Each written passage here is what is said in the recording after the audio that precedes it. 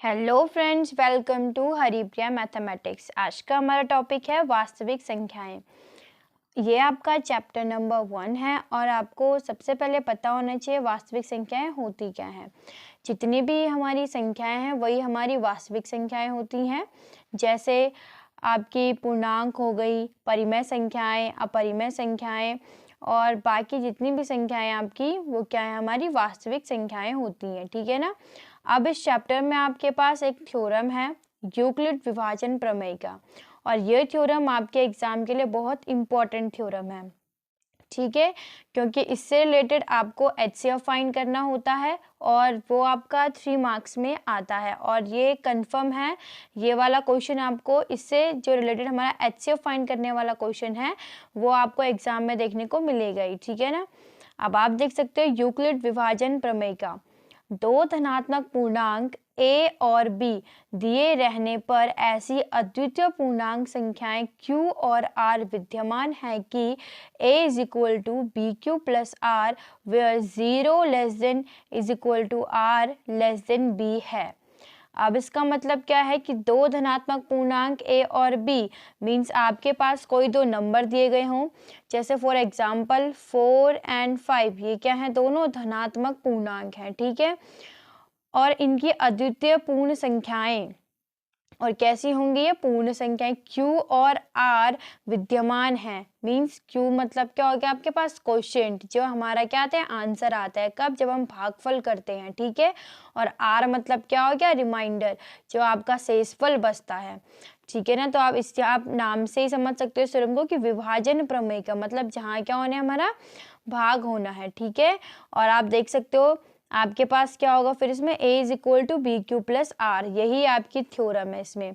ठीक है ना, कि आपके पास कोई दो पूर्णांक दिए गए हैं और उनके क्या हैं, अद्वितीय पूर्ण संख्याएं q और r, मीन्स उसमें क्या होगा, क्वोशिएंट और रिमाइंडर जो हैं सभी विद्यमान हैं, और उससे रिलेटेड जो आपकी थ्योरम बन रही है वो क्या बन रही है, a is equal to b q plus r, जहाँ जो हमारा r है वो क्या होगा, या तो 0 भी हो सकता है तो 0 से बड़ा, लेकिन जो b है वो आपका r से हमेशा क्या होगा, बड़ा होगा।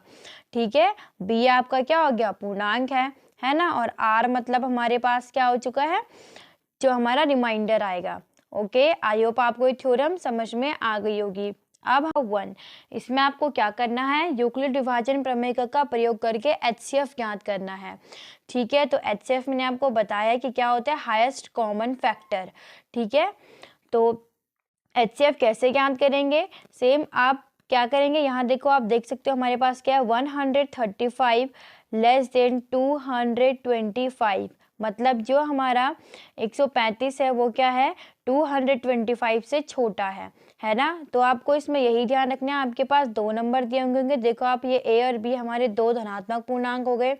ठीक है, अब आपको क्या करना है, जो हमारा छोटा नंबर होता है, मतलब इसीलिए हमने ये लिखा है कि लेस देन, मीन्स जो 135 है वो हमारा इससे क्या है, छोटा। तो जो छोटा नंबर होता है ना, उससे हम क्या करेंगे, बड़े नंबर में डिवाइड करेंगे।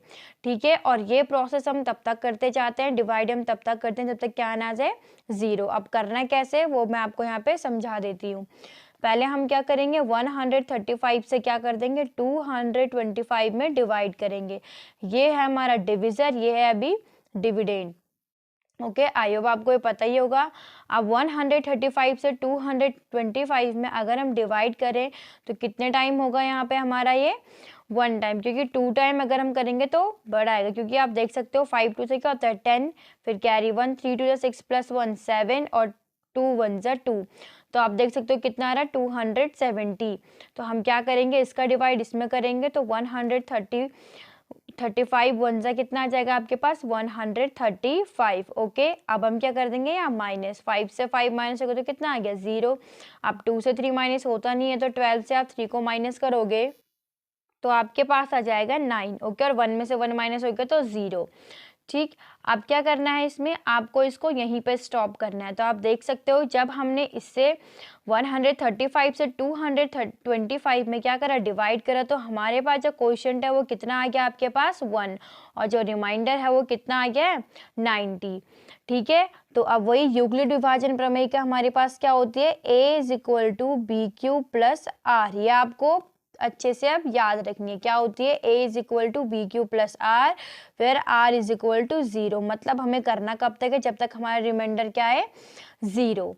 ठीक है, तो आप देख सकते हो a बराबर हमने क्या लिख दिया यहाँ पे 225। a क्या होगा हमारा, जो हमारा क्या है, डिविडेंड है, मतलब जिसमें हम भाग दे रहे हैं, बराबर b डिविजर, जिससे हम भाग दे रहे हैं, तो किससे दे रहे हैं हम, डिविजर से, तो 135। अब q आपका कितना है, क्वोशिएंट, q4 क्या है, क्वोशिएंट, q कितना आ गया 1, तो मल्टीप्लाइंग 1, ओके, और प्लस r कितना हो गया आपका 90, तो ये आ गया हमारा 90। आई होप आपको इतना क्लियर हो गया होगा। अब आप ध्यान दो, अब जो ये हमारा 90 जो यहाँ पे हमारा रिमाइंडर था, अब ये बन जाएगा हमारा डिविजर। क्या बन जाता है ये, अब डिविजर, और डिविडेंड क्या बन जाएगा हमारा 135। ओके, आई होप आपको समझ में आ रहा होगा। तो अब हम 90 से 135 में क्या कर देंगे, डिवाइड करेंगे, तो कितना टाइम होगा हम देख लेते हैं। 2 से करेंगे अगर तो 2 0 का 0, और 9 2 से कितना आ गया 18, मतलब 180। तो आप देख सकते हो 92 से 180 बड़ा आ रहा है, तो हमें क्या करना पड़ेगा, 90 से 135 में डिवाइड करेंगे तो कितने टाइम, 1 टाइम, तो 90 1 जा 90, तो 5 का आ गया आपके पास 5, और 13 में से आप 9 को माइनस करोगे तो कितना जाएगा आपके पास 4। तो आप देख सकते हो अब हमारे पास क्या आ चुका है, रिमाइंडर आ गया आपके पास 45 एंड क्वोशिएंट आ चुका है आपके पास 1। तो अब हम क्या कर देंगे, मैंने क्या बोलता, यहाँ पे आएगा a हमारा क्या होगा यहाँ पे डिविजर, तो सॉरी डिविडेंड, तो अब हमारा डिविडेंड क्या बन चुका है 135। तो हम लिखेंगे 135 इज इक्वल टू b। अब b हमारा क्या बन चुका है 90, तो ये आ गया आपका 90। अब मल्टीप्लाइंग, क्वोशिएंट कितना आ गया आपके पास 1, और रिमाइंडर कितना बचा आपके पास 45। ठीक है, और ये जो हमारी डिवीजन प्रोसेस है, मीन्स जो हमारा ये जो हम भाग दे रहे हैं वो कब तक देंगे, जब तक हमारा क्या ना आ जाए 0। ओके, तो आप देख सकते हो यहाँ पे भी हमारा रिमाइंडर 0 नहीं आया है, तो मैंने लिख दिया है r does not is equal to 0। ठीक है, अब हम क्या करेंगे कि जो हमारा 45 है, तो अब ये क्या बन जाएगा हमारा डिविजर, और अब हम 90 में इसमें क्या कर देंगे डिवाइड, तो ये क्या बन गया अब हमारा डिविडेंड। ओके, अब 45 से 90 में डिवाइड करेंगे तो 45 2 से कितना होता है आपके पास 90, तो 45 2 से 90, तो आप देख सकते हो अब हमारा रिमाइंडर यहाँ पे क्या आ चुका है 0। ठीक है, तो मैं अब यही यहाँ लिख दूंगी 90 इज इक्वल टू, अब क्या हो जाएगा, जो 90 था ये अब हमारा क्या बन गया, हमारा a की जगह पे आ गया, इज इक्वल टू b की जगह पे क्या आ जाएगा 45, मल्टीप्लाइंग क्वोशिएंट क्या आया हमारे पास 2, प्लस रिमाइंडर कितना आ गया अभी 0, तो r इज इक्वल टू क्या हो चुका है आपके पास 0। ओके, तो हमारा जो HCF है, मीन्स जिससे हमारा जिस डिविजर से हमारा आया है, तो यही हमारा क्या हो चुका है HCF हो जाता है। ठीक है, तो हमारा HCF क्या हो गया यहाँ पे 45, तो आप क्या लिख दोगे HCF इज इक्वल टू 45। ठीक है, तो यूक्लिड विभाजन प्रमेय का प्रयोग आपको इस तरीके से ही करना है, और हमें HCF इसमें ऐसे ही फाइंड करना है। इसके लिए आपको क्या आना चाहिए कि आपको जो लॉन्ग डिवीजन मेथड होता है वो अच्छे से क्लियर होना चाहिए। ठीक है, तो मैंने आपको यहाँ पे step by step her cheese clear करवा दी है। Okay, I hope you guys understand. Thank you for watching this video, please like and subscribe.